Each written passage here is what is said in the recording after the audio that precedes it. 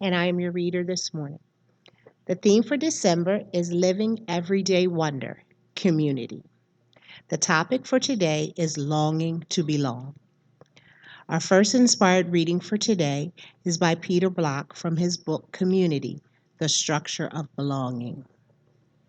If the essence of community is to create structures for belonging, then we are constantly inviting people who are strangers to us and one another into the circle. And Thomas More writes from his book, Care of the Soul. The soul yearns for attachment, for variety and personality, for intimacy and particularity. So, it is these qualities in community that the soul seeks out, and not like-mindedness and uniformity. Let's affirm together with deep feeling. Wherever I go, I am belong. And now I introduce Reverend Kathleen.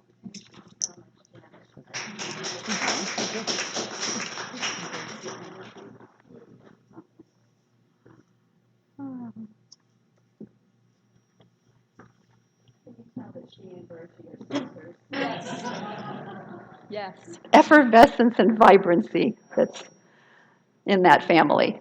Beautiful. Community.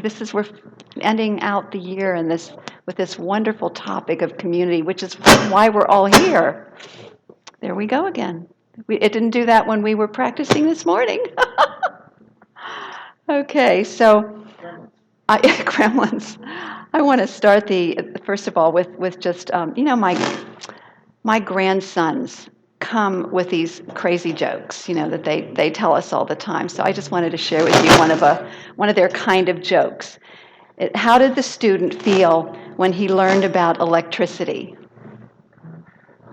Shocked. Yes, totally shocked. Totally shocked. So Massachusetts General Hospital, Dr. Cooler wrote in a recent New York Times article, and to me this is shocking, but it's true. Social isolation is a growing epidemic, one that's increasingly recognized as having dire physical, mental, and emotional consequences. That's what he wrote.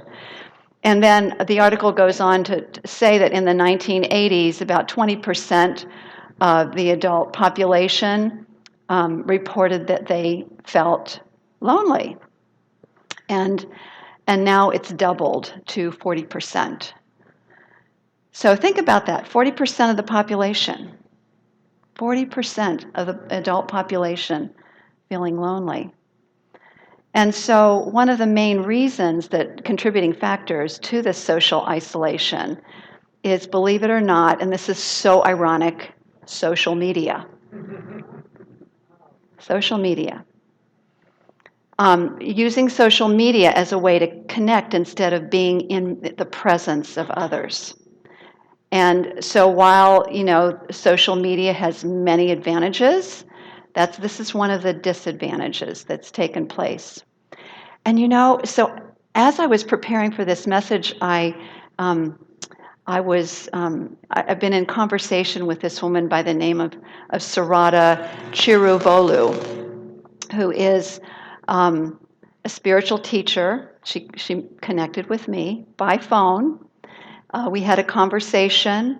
I looked at her website. I saw her being interviewed. I was really moved by who she is and her process of self-realization through meditation. And she's written a beautiful book. So, been talking to her about coming in March and being a speaker at our center.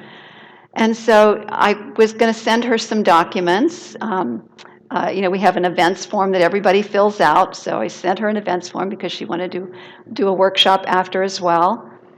And then in the process, I started texting her. And she texted me back and she said, I really don't like communicating by text or email. She said, I like speaking in person.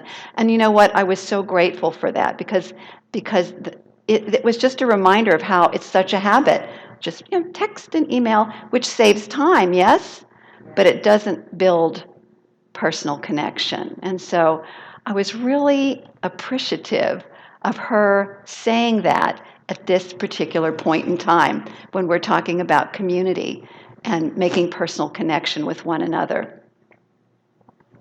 So this month then, we are focusing on the blessings of community, particularly spiritual community, in helping us move into a greater sense of connection.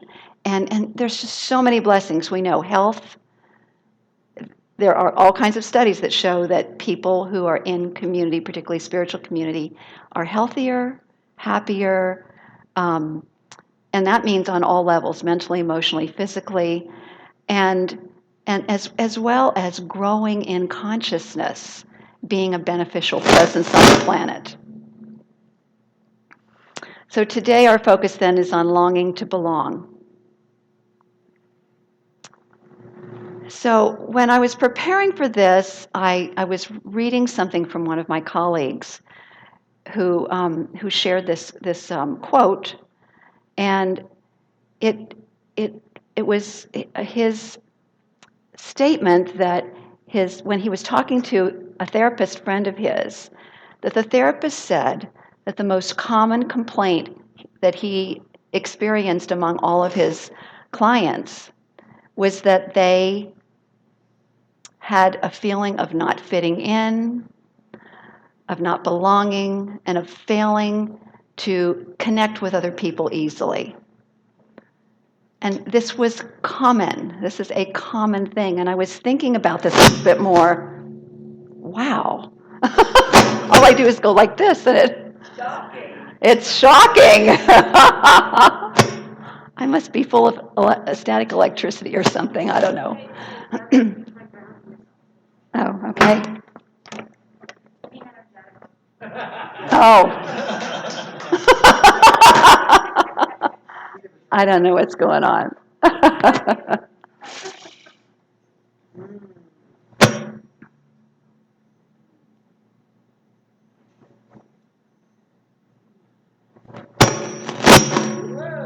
That did it.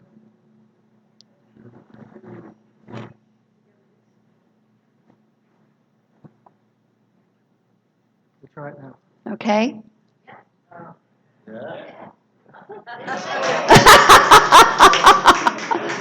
Oh, well, we'll see. We'll just go with it. Huh? Dan, just stand there. Okay, so we're talking about this common thing that happens. And when you think back to it, how many people, you don't have to raise your hand, just think about it. How many people in this room, at least at one point in your life, felt not chosen? Not chosen for Glee Club, not chosen for the soccer team, not chosen for whatever it is, or chosen last. I mean, all of those different experiences make an impression. And so there's a tendency to avoid the pain of that kind of experience. So there's also a tendency to walk into a room, see a bunch of people who look like they're having a great time together, and saying, I don't belong, and then walking out the door, or leaving right after the service, because of these experiences from the past. So it's important right now in this moment to acknowledge that, and then ask yourself if you'd like to transcend it. Because this is a community in which you are safe and secure. It's a community in which we honor uniqueness and diversity. And so it's a great opportunity. In fact, it's something that is not only in the culture of this community, but it's in the culture of centers for spiritual living. So from that standpoint, then, it's important to understand that we can move beyond this, and it does require getting outside our comfort zone and being a little more vulnerable.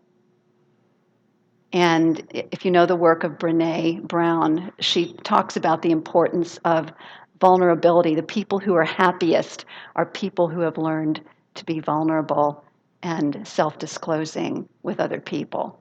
So this is a place in which you can experiment with that and grow and unfold in that kind of atmosphere of love and acceptance. Ernest Holmes says, what would happen if we could convert the energy of fear to faith, the energy of doubt and uncertainty into the feeling of belonging to the universe and being safe in it? Would not the original artist go forth into new creation through us? Let's breathe that in. And so here's the core truth of that statement. Is because of who we are, individualizations of the one source, we already belong. We truly already belong wherever we go. And we might have some preferences of where we choose to be and who we choose to hang out with. So it's an acknowledgement of that as well. But the truth is we belong wherever we show up. So I want to be talking about not only belonging, but creating structures of belonging through invitation and creating structures of belonging through embracing our diversity and uniqueness. So let's go back to the 40%. If 40% of our population long to belong, they might be a little afraid of it, but there's a longing there because it is a basic need of humanity, is to belong and connect with others. So if that's true, then our spiritual community is a very important place in which people can connect and fulfill that longing to belong. So then it's very important that we are constantly inviting others into our circle. And so I've become more aware of this, and I literally sent some texts to people in our community who had not signed up, that I knew, hadn't signed up, or I knew they weren't a presenter or something like that. Text to people and inviting them to come. And I invite you to do that as well. If there are people that you have connected with in our community, connect with them. Say, oh, are you going to service? Oh, are you going to the solstice? Are you going to World Healing Meditation? Those little connections are a way of saying, I care about you. I care about you. And I want you to be part of the circle. I want you to join us in the circle. So a community of culture, community or the culture of belonging is defined as a group of people who perceive mutual care for one another. Notice it says perceive. It's a perception of mutual care for one another, and yet we can be active in bringing that forth. Our intention to be a culture of belonging is reaffirmed every Sunday when we declare we are here to be the presence of love, co-creating heaven on earth. Right. Every time we make that statement, we are saying we intend to be a culture of belonging. A culture of belonging. And that means a field of love. We are intending to be a community who invites others into our circle. And when you think about it, our social structures, all the way from family, that's the first culture of belonging, all the way through to our entire country, and then beyond that, our world. I love to travel because it's a great way to immerse myself in another culture. It's to me, it's just so rich, and we do that here, with our different seasons for interfaith, intercultural celebration. The Diwali that we just had recently, the Dia de los Muertos that we had as well. All of these are opportunities for us to immerse ourselves in the greater culture of humanity. And what happens when we do that? And what I notice happens for me is that it expands my heart. It expands my heart, and I just feel like my heart is just growing to embrace the entire planet and all humanity and all beings, all, forms of life on the planet. Let's breathe that in. So creating structures of belonging comes from individual choice. Each one of us as individuals, not just the leaders in the community, but each one of us as individuals. Our choices influence not only what we experience, but it influences the character of our community. Our individual choices. And the choice that I'm calling for right here is creating structures of belonging in this spiritual community through explicit invitations, one-on-one conversations to invite people into all aspects of our spiritual community. And again, it's a way of saying, I care.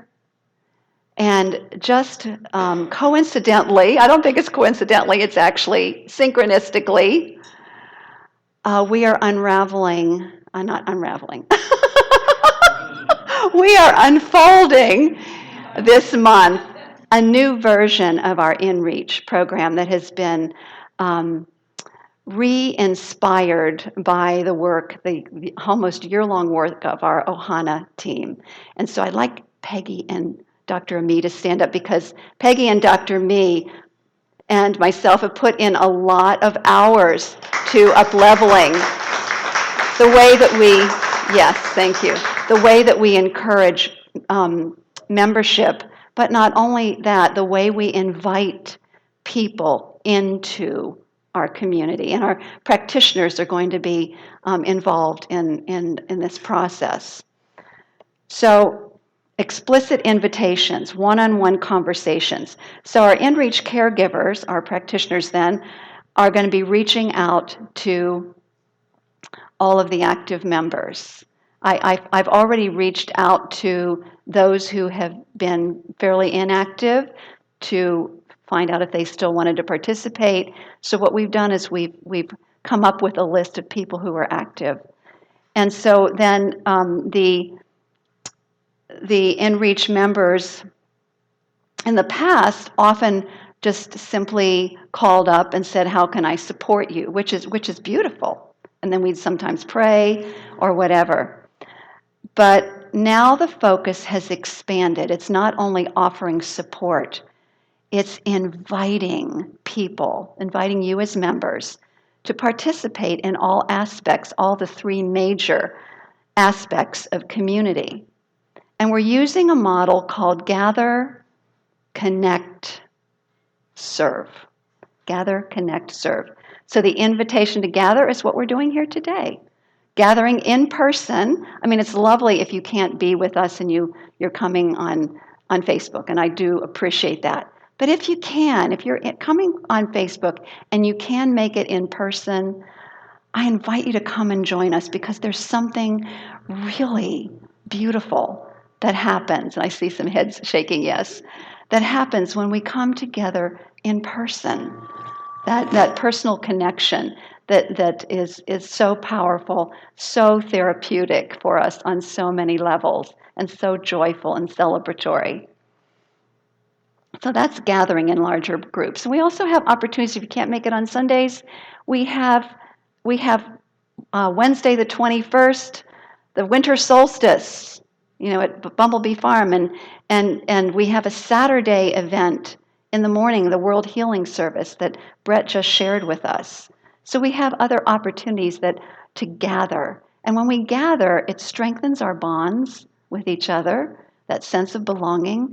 When we gather, it also supports our spiritual growth. We start making connections and friends and spiritual fellowship that supports us in growing. We can keep each other accountable to our spiritual path. And so it's a really powerful thing. The second invitation is to connect. So we have gather, and this is connect. Connect is when we are willing to go deeper onto our spiritual path. And that means to take a class. It means to come to our Power of 8 which is on third Sundays down in the Orange Room after service, and be a part of a healing circle. It is any type of small group ministry, social justice, and so on that we have in our community. These are all ways for us to go deeper, not only connect with others more deeply, but grow spiritually. And the final one is serve. The third invitation is to serve. And so our team leaders and ministry leaders will be asking you, or maybe have already asked you, to join their team. And if everybody could just shift this a little bit and see it as an invitation to have a greater sense of belonging and connection with others. So it means joining in the sharing of the tasks, but also in the process of co-creation of community. And in this way, our community is healthy and it thrives. We know that families and communities where all participate in the tasks are healthier and healthier communities. So personal invitations then in all these three aspects help us to grow not only spiritually, but they are concrete proof that we belong. Concrete proof that we belong. And anything valuable and durable takes time and investment. Boy, have I learned this in terms of building spiritual community. Patience, and it takes patience and time and dedication to create a culture of belonging, a sense of community. So members and future members understand then that someone cares if they invite them to participate and contribute. And if we want to build powerful and effective structures of belonging, then we have to invest in clear, powerful, and often repeated invitations, even if most are rejected or ignored. Because it's like casting a line for fishing, is that, you have to cast it in order to have success to begin with. So that's creating structures of belonging through invitation. And the final one is creating structures of belonging through embracing diversity and uniqueness. Our beautiful spiritual teachings are teachings of oneness, the teachings of embracing the multiplicity of humanity and life. That means the uniqueness, the diversity of life. And so that means it's a teaching, or it's a spirituality of inclusion. And when you think about it, being in a diverse community is very rich in experience. That's what I've found. And so it's also important to create an inviting space that speaks to this calling into the circle, no matter who you are. You're welcome. So what I'd like to then just say is that, just kind of summarize this a little bit, is that we all belong inherently because of who we are. And this is for our human side, our divine human side, is we all also have human needs to feel like we belong somewhere. And it's not only just because it feels good, but because it supports our thriving health mentally, emotionally, and spiritually. And it assists us in being a beneficial presence and creating a world that works for all. So I'd like to end with this story. It's a story of a woman by the name of Karen, who was 37 years old when she first sat in a center for spiritual living. She was married with one child and came alone. Her husband wasn't in support, yet she felt the inner call to show up. She didn't know anyone. The room was small, the people were friendly, and the talk was good. And she felt comfortable enough to return another Sunday and yet another Sunday. And after each of those Sundays, she would do what a lot of new people do. is at the end of the service, exit. And again, we learned that that's a defense mechanism to avoid the pain of rejection, anticipated rejection. So now that we know what that is, we can transcend it, right? So then the third Sunday, the talk really moved her to tears. She was unable to move, and she sat in her chair as volunteers began packing up the chairs. And then one volunteer approached her and gently said, "How are you?" Karen felt embarrassed, yet seen for the first time in years. She truly felt like she belonged. Just that one little gesture. "How are you feeling?" She saw that even while she was crying and even at her most vulnerable, that she belonged. So I'd like you to put your hand over your heart right now and acknowledge and just say, "I belong. My soul is welcome here." And let's breathe. Stretch, yawn. This is neuroscience, by the way. Close our eyes, turn within, and ask yourself, what key insight, what key takeaway do I want to really take in and remember and listen? And when you're ready, I'd like you to turn to a neighbor or two and share what your insight was from today. So just find somebody, it could be one or two other people. What did you learn today?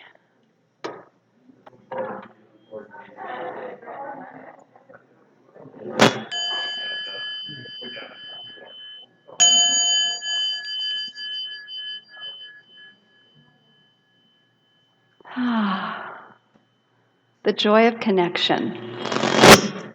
Ooh.